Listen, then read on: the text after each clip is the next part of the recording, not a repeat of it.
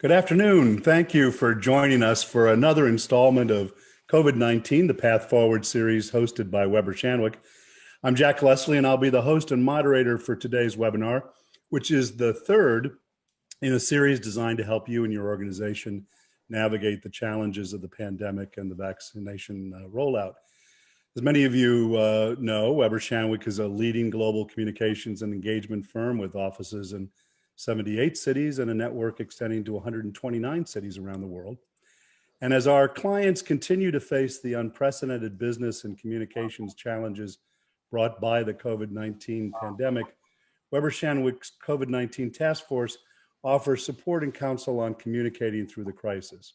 Earlier this month, we launched Plan Vax, a custom offering that draws on our extensive vaccination and public health communications experience.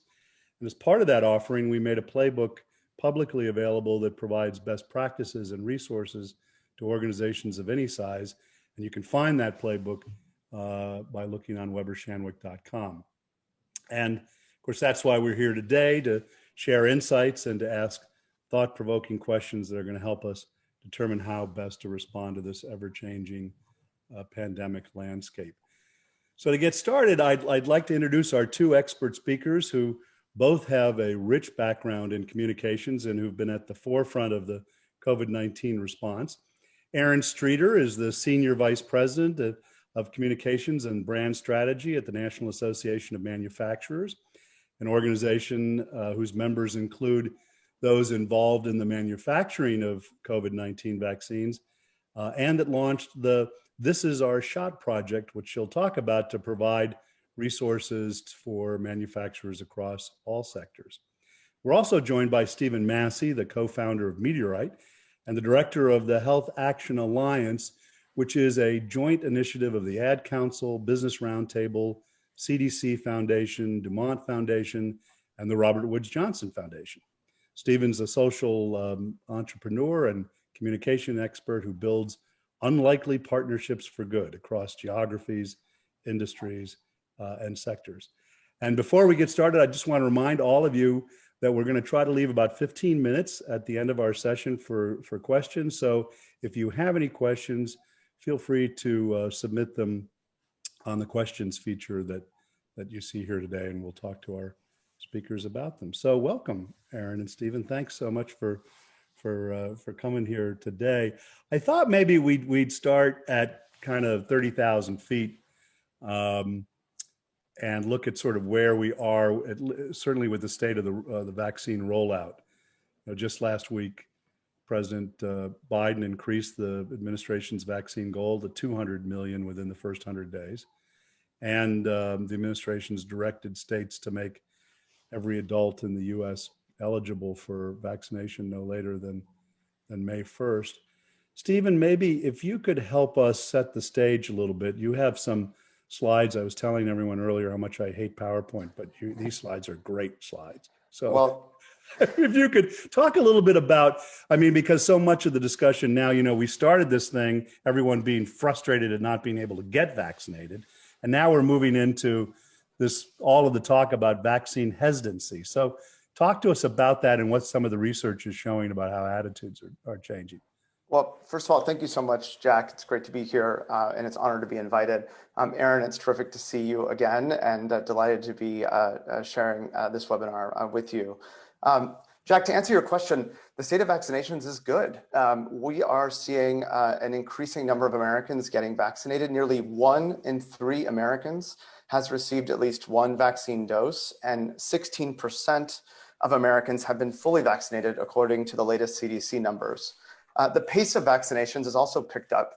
Nearly 3 million shots are being given every day. And just to consider for a second what that actually means, it's equivalent to vaccinating the entire population of a state like Nevada or Iowa or Connecticut every single day. That's truly remarkable. And to put it in context, about 100 million Americans have been vaccinated so far. And that's roughly the same size as the entire television audience for the Super Bowl, which is, of course, the most watched TV event of the year. So a lot of Americans have been vaccinated. That's really good news. Yeah. But science suggests that it's going to take 3 out of 4 Americans to be vaccinated to reach community immunity. So we do have a long ways to go. And that's going to require trust building and transparency and accountability, and the business sector really getting engaged to build vaccine programs and policies that will support workers. There's more good news about vaccine confidence, and we're seeing it shift really quickly to more confidence. 55% of Americans have already received or intend to get vaccinated, and just 22% are now resistant but open. 2 in 10 Americans are, I would say, in the no column. And this really is a dramatic shift from where we were even just a few months ago, when a majority of Americans were skeptical. So if we assume that community immunity can be achieved when 3 out of 4 Americans gets vaccinated, really we're in good shape. And the quickest way to get there is to build confidence within that group that's currently in the maybe category. We like to think about this group as the movable middle. So we want to move them to the right. And then for those that intend to get vaccinated, we want to help them make sure that they can fulfill on that intention by making it as easy as possible for them to get vaccinated when it's their turn. There's been a lot of conversation about vaccine hesitancy, particularly in certain communities of color and other disproportionately impacted populations. The good news here is that is shifting, and it's shifting rapidly. Now, a majority of white Americans, Black Americans, and Hispanic Americans do intend to get vaccinated. But these numbers hide that there are actually stark disparities in access, which remain a serious concern. According to this poll, which was conducted just in the middle of March, 26% of white Americans who were polled say that they've already been vaccinated, compared to just 17% of Black Americans and 11% of Hispanics. And when you dig into the numbers by state, you can see some really stark gaps in vaccination by race. In California, for example, 21% of vaccinations have gone to Hispanics, while Hispanics account for more than half of cases, nearly half of deaths, and 40% of the total state population. In Washington, D.C., Blacks have received 31% of vaccinations, while they make up nearly 50% of cases, 75% of deaths, and 46% of the population. And in Georgia, Black Americans have received just 22% of vaccinations, whereas they make up about a third of cases, third of deaths, and third of the total population. So we really do need to do a better job in reaching communities most at risk. What we are seeing is that vaccine hesitancy is directly linked to partisanship, with Republicans reporting more vaccine skepticism than Democrats and independents. And this is especially true in rural communities and among Republican men who voted for Donald Trump. There's some good news here. 72% of Americans trust their employer more than any other institution. And so we believe that employers can play a really critical role in delivering trusted vaccine information to employees and boosting confidence. And we also know that 73% of Americans want to work for a company that protects its employees during the pandemic. And for those in the movable middle, those who are still undecided, we know that employers can help motivate cautious employees through convenience and modest incentives. For those who are undecided, 37% of them would say that they're more likely to get vaccinated if their employer arranges for an on-site vaccination, and 30% are more likely to get vaccinated if their employer were to offer a modest $50 incentive. Well, I want to talk later more about the disparities issue and what we can do about it, because it's something that worries, all of us.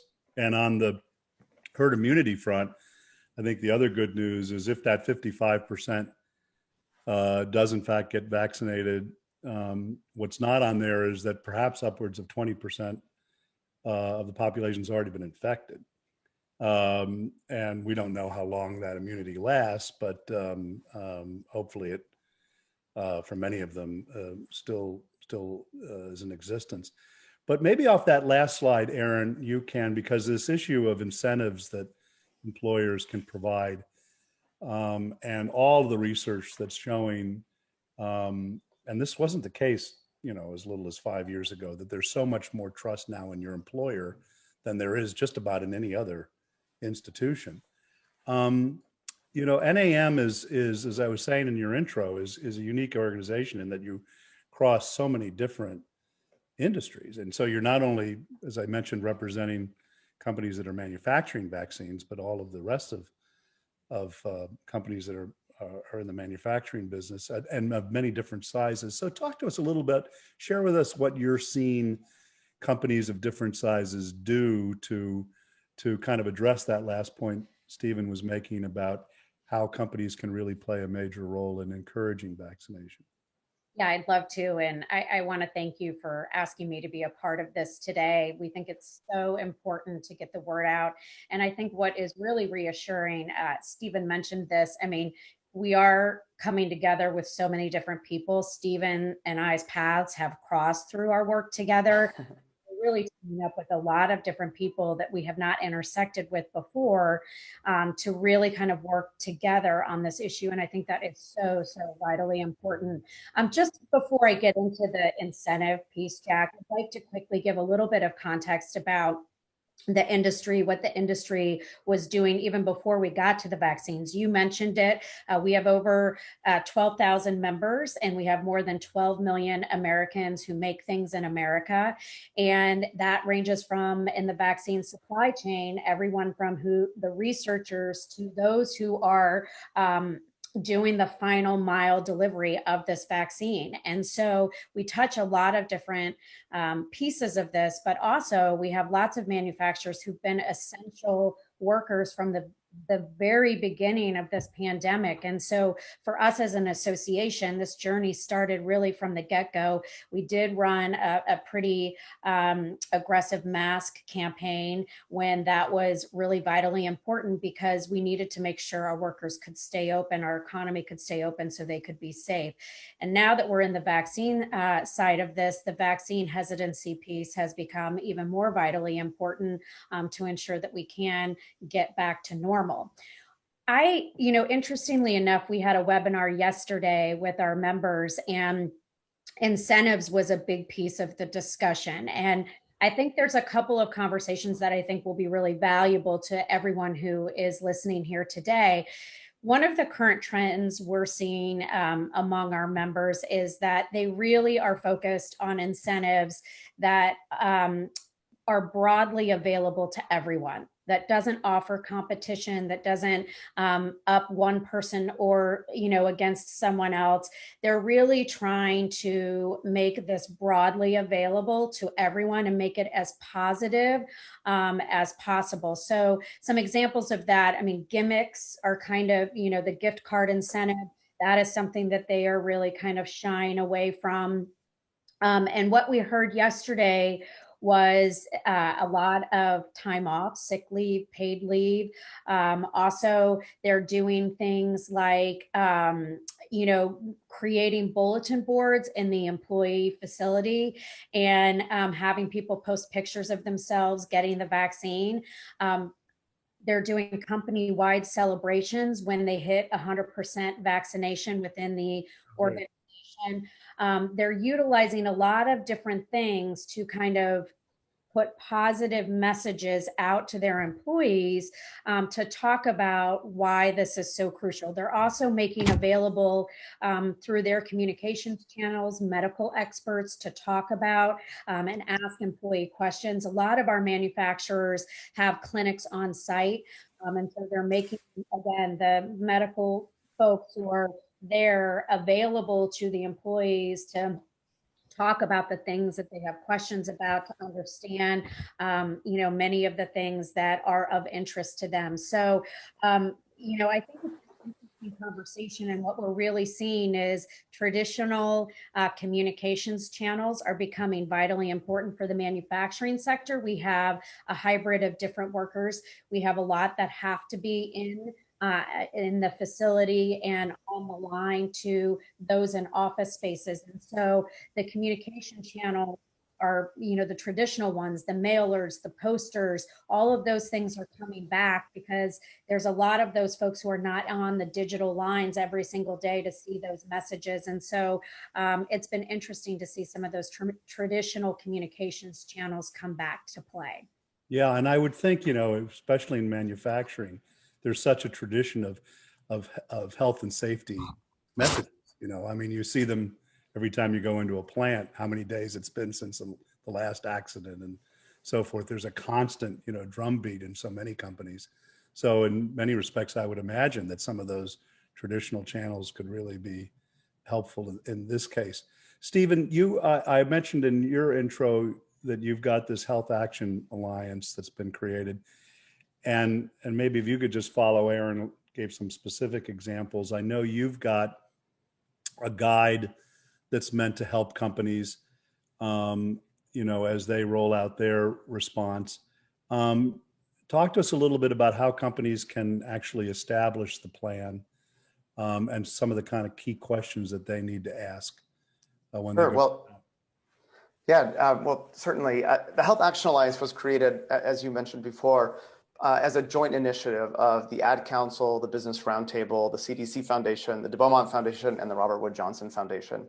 And the goal here was to really create a set of free resources, training, events, and support services to help companies of all sizes really lean in and support and accelerate the vaccine rollout, advance health equity, and begin to rebuild our public health system. We are at our core a resource hub, providing democratizing resources for the business sector. And we have resources for large companies, for small companies, helping them engage in this moment and make it as easy as possible for their employees to get vaccinated. I think as companies begin to consider ways that they can develop COVID-19 vaccine policies and plan, it's really important to start with a leader for that effort, a coordinator or a task force to craft that strategy, and to be someone who's responsible for really thinking about the various parts of your enterprise that need to be engaged in developing the program, like your HR or labor leaders, your employee resource groups, your legal department, et cetera. It's also super important to be familiar with your state's vaccination plans. Vaccines are being distributed by state health departments. And so every state is managing this process a little bit differently. And so for employers that work across several states, this can be challenging, but that's really the place to start. Guidelines are set by the federal government, but states make the final decisions about how vaccines are rolling out. We also encourage every employer to really proactively engage employees, including those from communities of color and other disproportionately impacted populations, to really listen to their unique questions and concerns before developing the plan. And then once you start crafting your strategy, there are sort of 5 questions that we encourage every company to ask themselves. The first really is, how can your organization remove every possible barrier to employee vaccination and make it as easy as possible for employees to get vaccinated when it's their turn? And so, we are seeing lots of employers, large employers and small employers alike, offering paid time off, sort of 4 to 6 hours of PTO for vaccine appointments, but also, offering transportation credits, daycare, meal vouchers, offering internet support services or language support for employees to schedule vaccine appointments at work, or even offering staff members who can help employees schedule those appointments. We've also seen companies offer PTO for employees that might experience any side effects, and other strategies in that regard. The second question that companies can ask themselves is, should my company incentivize employees to get vaccinated? And this is, a lot of what Aaron just mentioned. These kind of gift cards or vouchers or tokens or whatnot, celebrations that companies can offer. I would say that we're hearing from companies that they're shying away from some of these larger incentives. Early in the vaccine rollout, we saw sort of several $100s. I think one company that we've been working with was considering a $500 incentive, and these offerings. You get a Krispy Kreme donut if you want. Well, and you're seeing more of that too. I think that the large incentives, while they might be well-intentioned, they might be seen as coercive as well. And for a vaccine that's meant to protect you and is safe and effective, you shouldn't have to incentivize with such a large amount. So companies might want to weigh that consideration as well. Another question that companies are asking themselves is, can we offer vaccines on site? The data suggests that on-site vaccinations make it a lot easier for workers to get vaccinated, especially those in the movable middle. So that's a great strategy to employ if you can. State and local health departments are overseeing that process, and every state, again, is different. Most employers, if they don't have the capacity to administer shots themselves, are going to be contracting with a third party. And then there's, of course, the question about whether your company will mandate vaccinations. And what we've learned actually is that a very small percentage, less than 1% of employers right now have chosen that option. And that's because that option has lots of legal issues, mostly around how you're going to deal with exemptions. There are protected reasons for employees not to get vaccines, including religious and health reasons. And so employers will have to make reasonable accommodations for employees that choose not to get vaccinated if they're part of a protected class. The legal issues here are complex, and of course there are the kind of public relations issues that come with vaccine mandates and the impact on staff morale. So most companies are not right now considering mandates, and that may shift over time, but that's not where most employers are today. Yeah. And then finally, I think most companies are asking themselves, will my company continue to wear masks and require distancing and other prevention measures? And the CDC certainly recommends that masking, distancing, and other prevention measures stay in place as immunity builds up. And so, we're really just applauding employers in states that have relaxed restrictions because many employers like Target and Walmart and others, Starbucks, have chosen to maintain masking and distancing inside their locations in states like Texas and Mississippi and Florida that have relaxed restrictions. Yeah. Well, let's because you've just outlined a couple of really big decisions I think employers have to make. So Aaron, I'm going to call on you to help sort through some of this. I'm not going to go through all of them, but let's start with the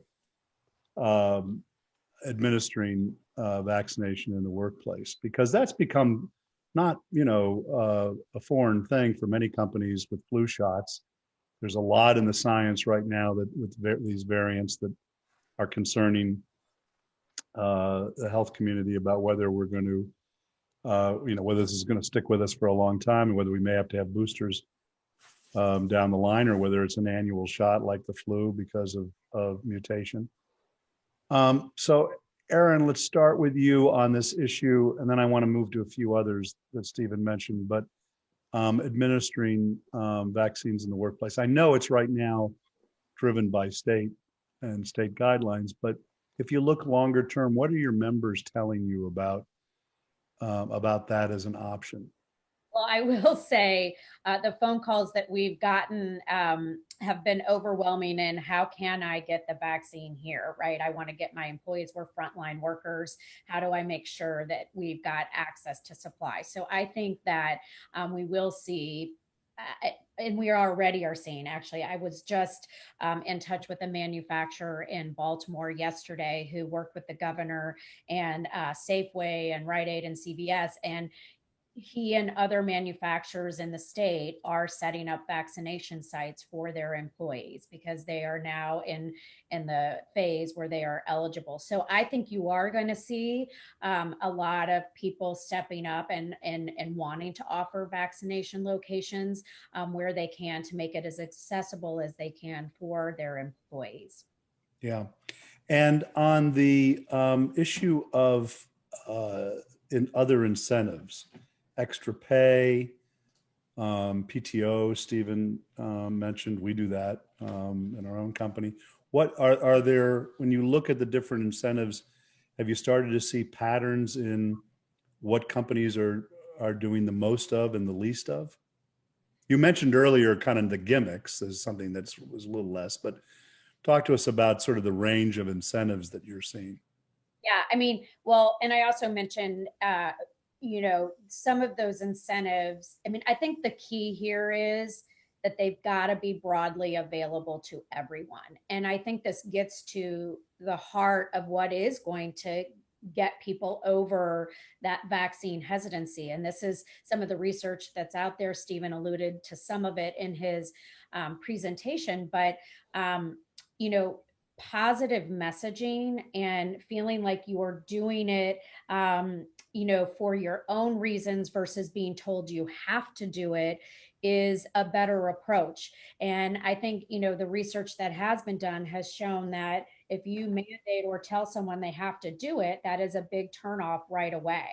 And so I think what we're hearing and what we've been advising our members, and this has been some of the conversations that I think employers have, we're much better positioned now, but in the beginning, we're like, how do we even talk in a positive way to our manufacturers about this. This is not something that, we normally do on a day-to-day basis, but I think that we've gotten very creative in the positive reinforcement. So, talking about the photo bulletin board where it's voluntary and employees can post pictures of themselves getting the vaccination and feeling like they're a part of a movement.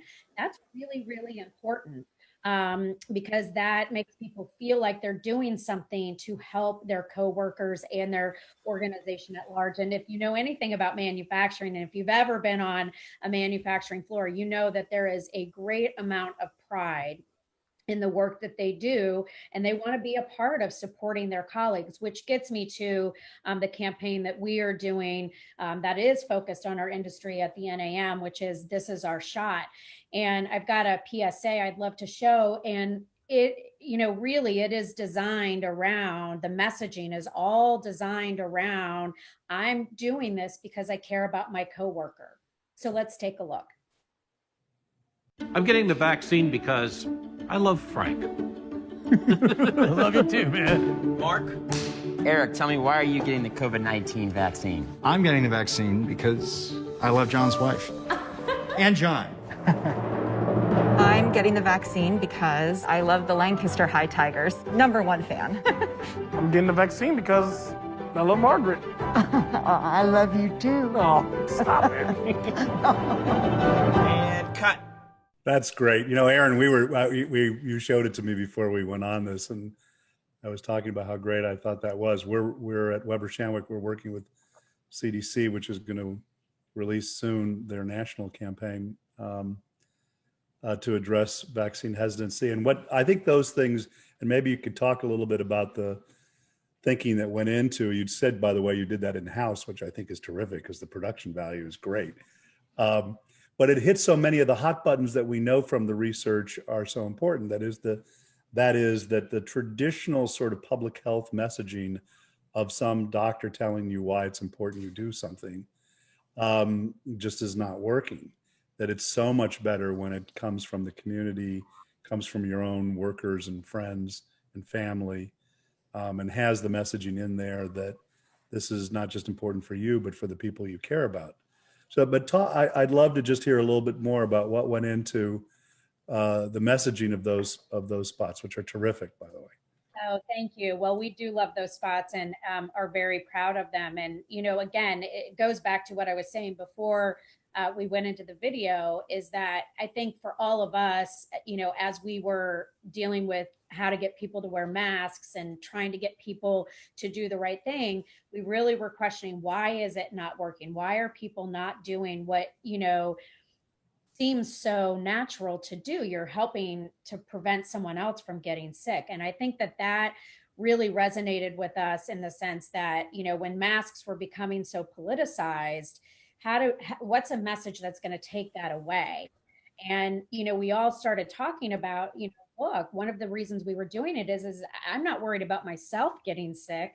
I'm more worried about infecting someone else that won't be able to manage it or deal with it. And I don't want to be ever in that position. No one wants to be in that position. And so we started to think about messaging in that way. And so, a couple of things I just want to quickly mention about This Is Our Shot campaign. Look, there is a lot of great efforts that are going on. And you mentioned your effort, Jack, with the CDC and the Ad Council. And we've been in conversations and are, working with that group, and they're doing amazing, amazing work. Stephen's doing a lot with the COVID Collaborative, which is also doing amazing work that we're working on. We knew for ourselves that these things were going to play at a bigger scale than we were ever going to be able to play. But we knew that back to the stat that you all showed, we could have an impact with our workers. And so we decided it was really important in talking to our members that we lead our own campaign that was geared just towards the manufacturing sector and industry. And so we're doing a couple of things that I think is worth noting.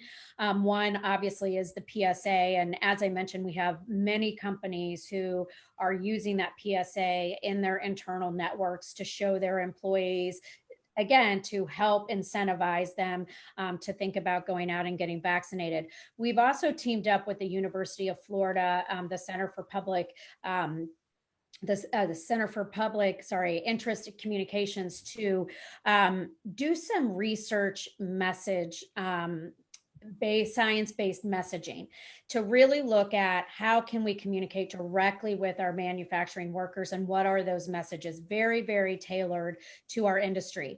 The other thing that we launched last week that I think is really exciting is we've started a ribbon campaign, and we have already had thousands of manufacturers sign up and order ribbons. And what the ribbons do is once you've been vaccinated or a family member in your community has been vaccinated, you can give them that pin, and that shows that they've been vaccinated. So much like, some of the bracelet campaigns we've seen, we think that there's a really positive movement that we can begin within our industry with our workers showing and being proud that they've been vaccinated. So we're super excited about that.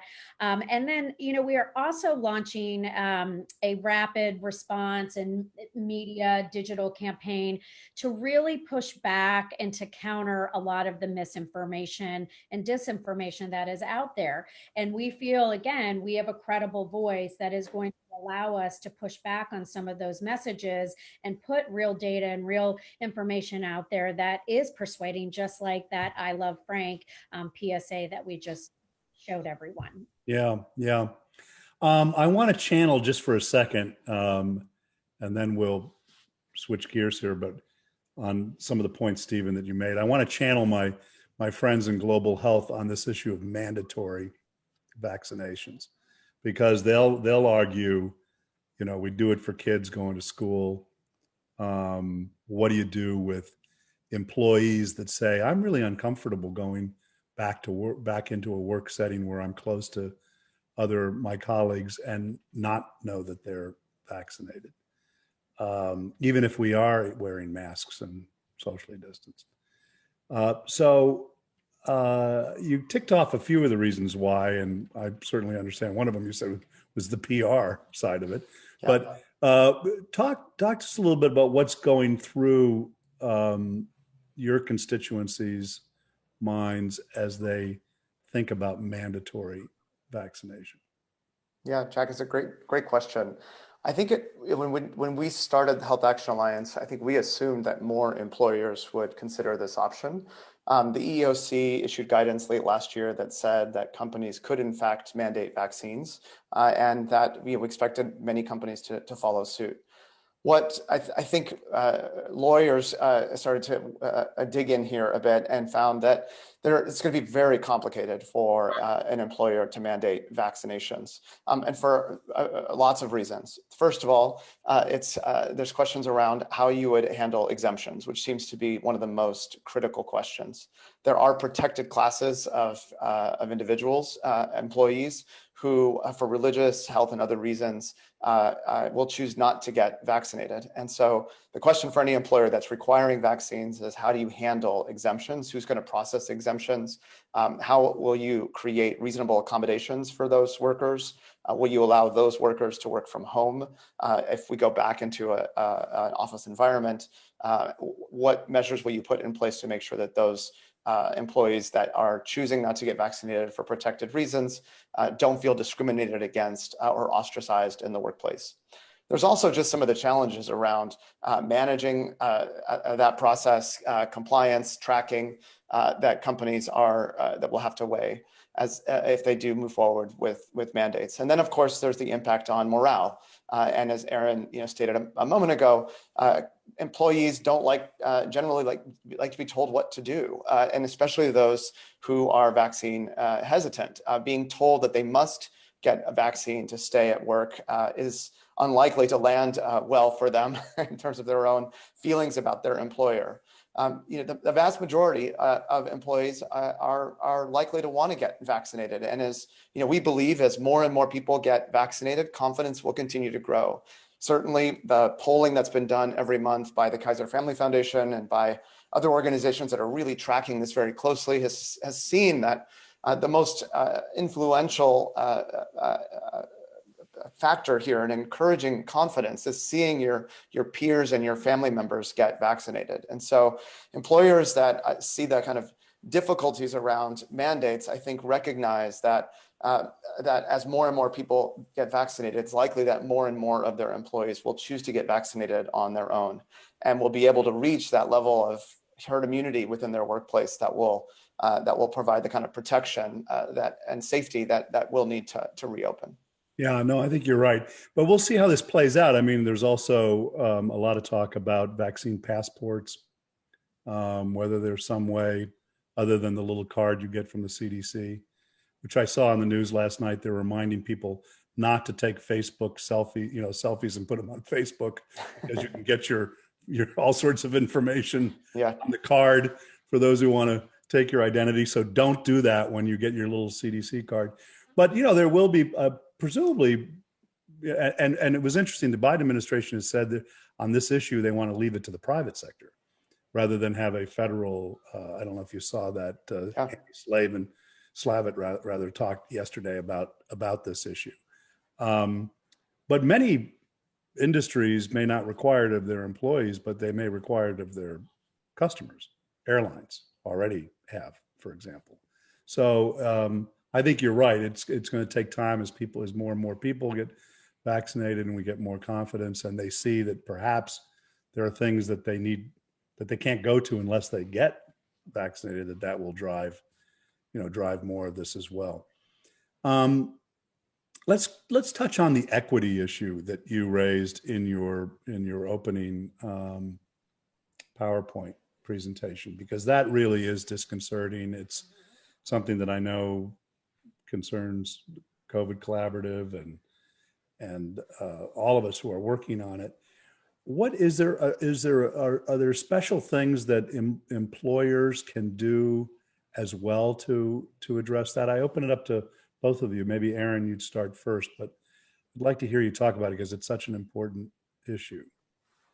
Yeah, I mean, I think, there is a lot to that question that is a work in progress, right? Frankly, I think that, again, it goes back to making sure that you can make it available broadly to everyone and not doing anything that is going to put, one employee over another. And I think this is also, manufacturers, their culture naturally is to really try to take care of all of their employees. And so I think, again, the fact that our phone has been ringing, how do we get access so we can set up our own vaccination sites, is one way that people are really thinking about it, and making sure that they can do what they can to make it available to everyone, and not just their employees, but their families. And, manufacturers have such a footprint in communities. I think also the communities that they serve, they care very much about them. And so I think from us, you'll probably hear more on this to come, because it is certainly something that people are talking about and focused on. But I also think it is very much a progress in place right now. Yeah. Stephen, do you have thoughts on this equity issue? Yeah, absolutely. Jack, I think for the Health Action Alliance, we believe health equity must be the central consideration as companies build their vaccination plans. And there are a number of steps that companies can take. Many of these are listed in our Quick Start Guide on our website, which is available at healthaction.org. We also have lots of great resources to help understand the unique challenges and concerns of communities of color and other disproportionately impacted populations, and messages and strategies for engaging them. The truth is that the COVID pandemic has disproportionately impacted certain groups. And to turn the tide on COVID-19, we really do need to prioritize outreach and support to these communities.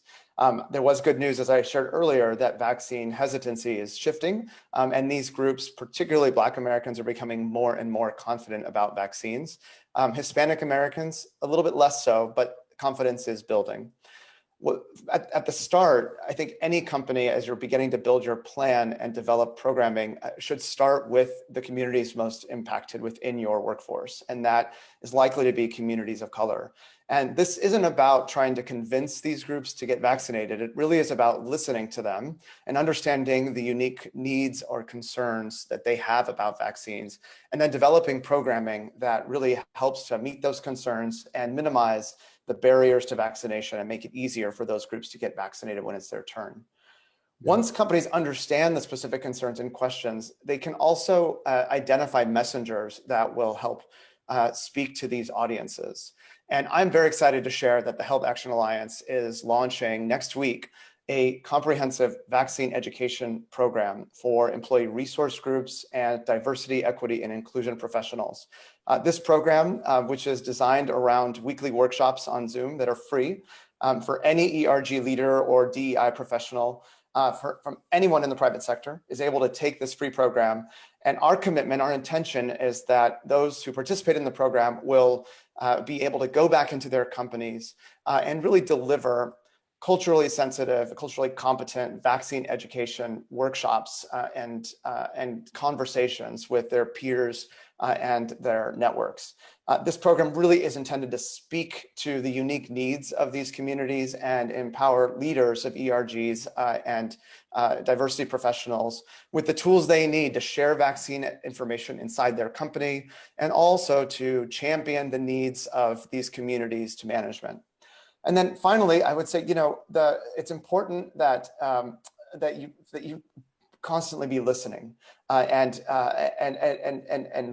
engaging these groups as the vaccine rollout continues. For example, perhaps many of your Hispanic employees live in an area where there isn't easy access to a clinic. What you could ask yourself as an employer, what can you do to help? Could you set up an on-site vaccine clinic? Could you offer transportation to those workers? Could you provide an Uber or a Lyft gift card to those workers to help them get to a vaccine site? Could you provide materials in Spanish? Lots of great questions that you can ask yourselves as you see some gaps in equity in terms of vaccination over the coming weeks and months. But we are so focused on health equity because we know that this pandemic has affected different groups in different ways. And we believe that just by empowering these groups with information, building leadership and capacity to deliver this vaccine education and training at their companies is a great first step. And we would welcome any company on participating on today's webinar to sign up for this program or share it with your peers at your company and your ERGs and your diversity professionals. And you can do that on our website at healthaction.org. And you can just check out the events tab and you'll see more information there. That's great. Those are great suggestions. We've got a few minutes before I get to the questions that are coming flooding into my screen here, but I just wanted to talk a little bit about the future of the workplace. And since we're giving plugs, our own Pam Jenkins, who runs our public affairs for Weber Shandwick and also all of our COVID actions, yesterday or the day before had a seminar on the future of work. So if you go to our website, you can take a look at that for a little bit more in-depth conversation, which I only can have a couple of minutes to talk about and ask both of you. Maybe Aaron, starting with you, a lot of companies are looking, as we are, at kind of a hybrid model, those companies that have been working remote. And I realize that many of your members have had to, throughout the pandemic, stay on the floor, if you will, in manufacturing. But as you look sort of post-pandemic, what kind of steps are you seeing employers thinking about where they can get folks back into the workplace, but also really assure them of their health and well-being? Yeah, I will tell you, those conversations are ongoing, right? I think like all of us, I think the key is reimagining what the future is going to look like and not focusing on going back to what it used to be.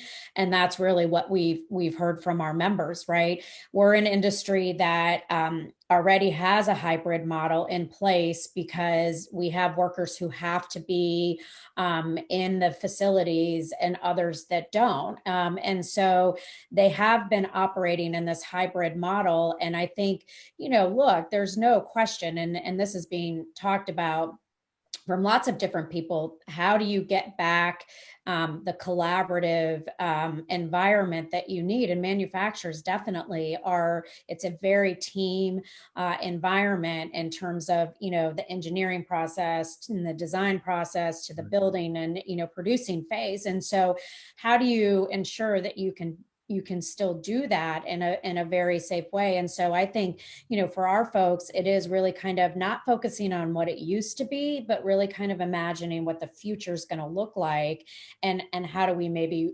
create that. Yeah, Stephen, the Health Action Alliance, you're doing a lot. Are you also providing some guidance to either members or other companies on how they navigate this hybrid model and return? Yeah, well, first of all, I will say that we are not the experts in this space. And we've looked really to the CDC, the National Safety Council, and frankly, the National Association of Manufacturers has been doing such great work in helping their members navigate what the new normal is going to be. I think this is actually a moment of great opportunity for employers to reinvent the way we work. And so, personally, I'm excited to see so many of the strategies that companies are considering to reinvent the workplace model. Right now, we are encouraging employers to follow CDC guidance. And the CDC at this point is encouraging employers that have sent most of their workers home to stay the course. It's important, I think, as employers are considering a back to work policy, that they not only follow CDC guidance, but really conduct a thorough assessment of the workplace to identify potential hazards related to COVID-19. Also understand that widespread vaccination of employees can be one consideration for restarting operations and returning to the workplace, but there are lots of other considerations that employers will need to consider, including what are the transmission rates in the community, the ability of your employees to continue practicing social distancing and other prevention measures, what are the state and local mandates around this. There's also news that OSHA will issue an emergency temporary standard that will apply to workplaces, and we expect this to come at some point in the next month or two. And the purpose of this new standard will be to help give teeth to OSHA's enforcement of COVID-19 workplace prevention practices. So this is a space that's shifting rapidly. I think we're going to learn a lot more over the coming weeks and months, and would just, again, really acknowledge NAM as well as the National Safety Council and the CDC that are really leading and providing guidance on these issues. Yeah, and Jack, on that ETS, I would just say, one of the things that we have been conveying to the government is that in manufacturing, a one size fits all kind of approach is not going to work. And, look, there are jobs where wearing a mask can be very dangerous in our industry. Oh. And so, we have been really working within our industry for best practices, sharing those best practices, and trying to advise the government on how to approach this in a smart way, so we're not in a situation where it's unworkable for people who really, it is more dangerous for them to try to meet the guideline than not. Yeah. Well, that's maybe a good segue into the first question that I have here, which is a tough question.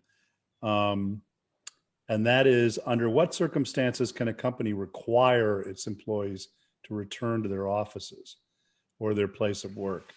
Aaron, with manufacturers, certainly many of them are essential workers. I mean, if you're making ventilators, you've got to keep people on the line. And maybe we'll start, Aaron, with you and then go to Stephen. But how would you answer this question? Are there circumstances when a company needs to require its employees to return to their offices? Yeah, I'd go back to the beginning days of the pandemic. And again, this is just anecdotally what we heard and saw.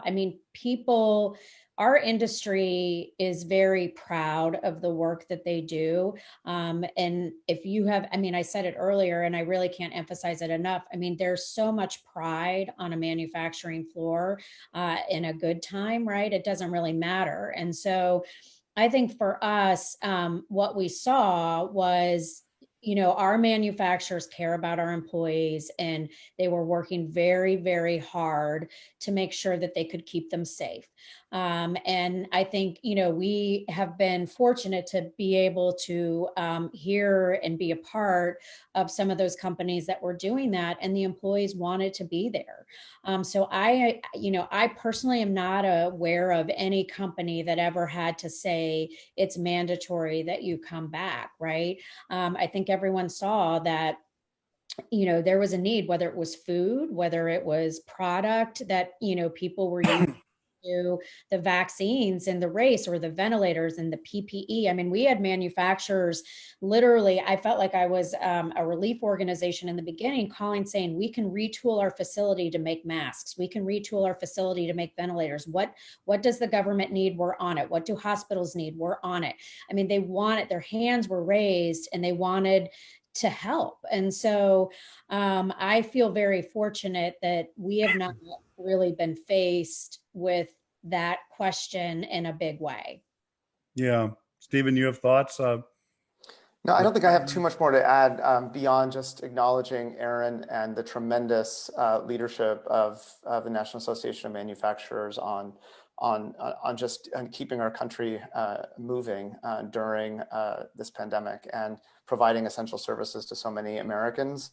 And the work that NAM members right now are engaged in producing vaccines is the future, allows us to get out of this pandemic. And so, I think just seconding what Aaron said, we have not heard employers ask us questions about whether or not to mandate back to work. I think most employers are navigating this, and the next few months will really tell how companies will begin to bring workers back into the office. But it's certainly an issue that we'll keep track of going forward too. Yeah.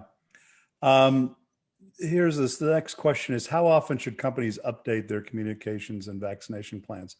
I guess that's a tough one to answer, but it does raise the point, though, that this pandemic has certainly been a roller coaster, and we're every month or so, it seems like we're in a new kind of phase. Here we came off the winter and the steep slope down, and now all of a sudden we're back into the potential of another surge, which no one wants to call a surge. How do you keep the communications relevant and fresh and on point? Is there any advice that you have on that? Well, I would just say, a couple of things on that front. Look, I think, employee culture has, I think, just from what I've observed, really changed, right? Because you are having to communicate differently, and you're having to bring people together differently. And the challenges that workers are facing are different than what they were before. And so, for the people who are at home, it is, how do you turn it off, right? And as managers and as leaders in organizations, we're all having to help our employees manage, whether they have young kids at home or they're caring for someone, or, whatever, kids home from school. There's so many more dynamics that employees are challenged by and dealing with in this environment, whether they're in a hybrid model or not. And so I think what we've seen a lot of flexibility. We've seen a lot of access to leaders, and where maybe they wouldn't have had that before. Leaders are really trying to be in tune with what is happening with their workers. But the communication, I think, becomes so important, because if you're not bringing people together and reminding them, what your mission and your goal is and what you're trying to accomplish, it's easy to lose that because you're disconnected from that.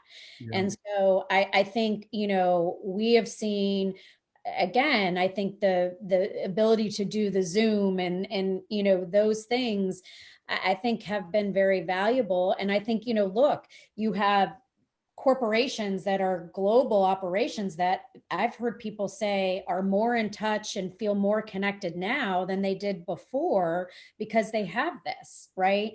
And it's proven that, you don't physically have to always be everywhere to make that connection. Well, and your point, because so many of these are global organizations, we're all learning to operate in ways that are relevant but very different in different locations. So because the pandemic is playing out so differently around the world, many of our Asian offices have been back open for quite some time. Stephen, you have any thoughts on that? And I got one quick question and we'll have to wrap this up. Well, in addition to everything that Aaron said, I think for communications professionals inside companies, it's important to plan for uncertainty. And I think your employees acknowledge that and understand by now that this pandemic is a moving target and that things change and that the story evolves.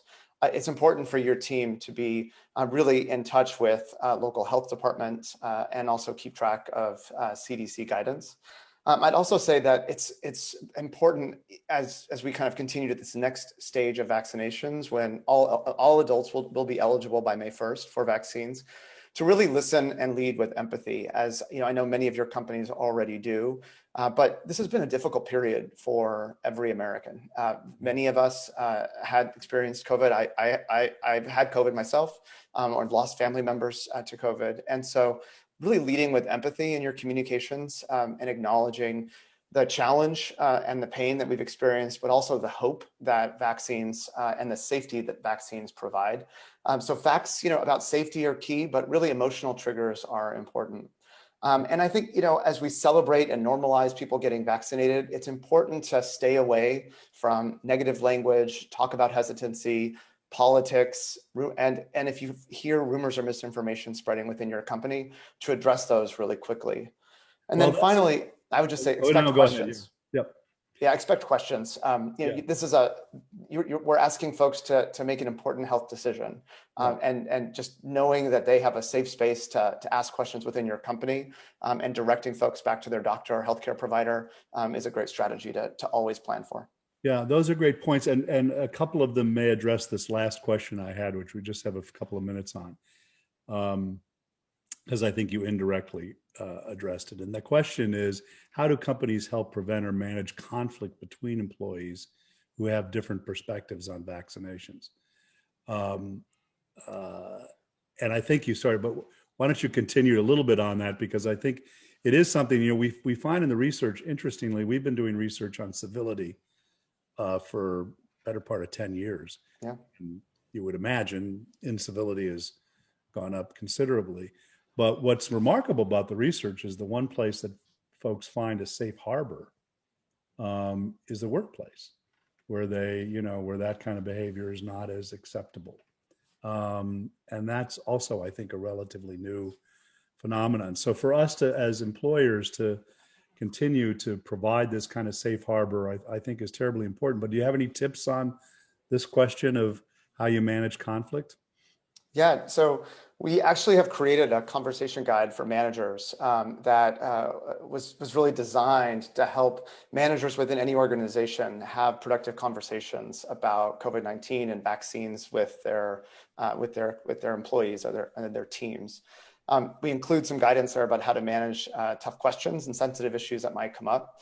I think really it's important here to underscore that this isn't about trying to convince somebody to do something.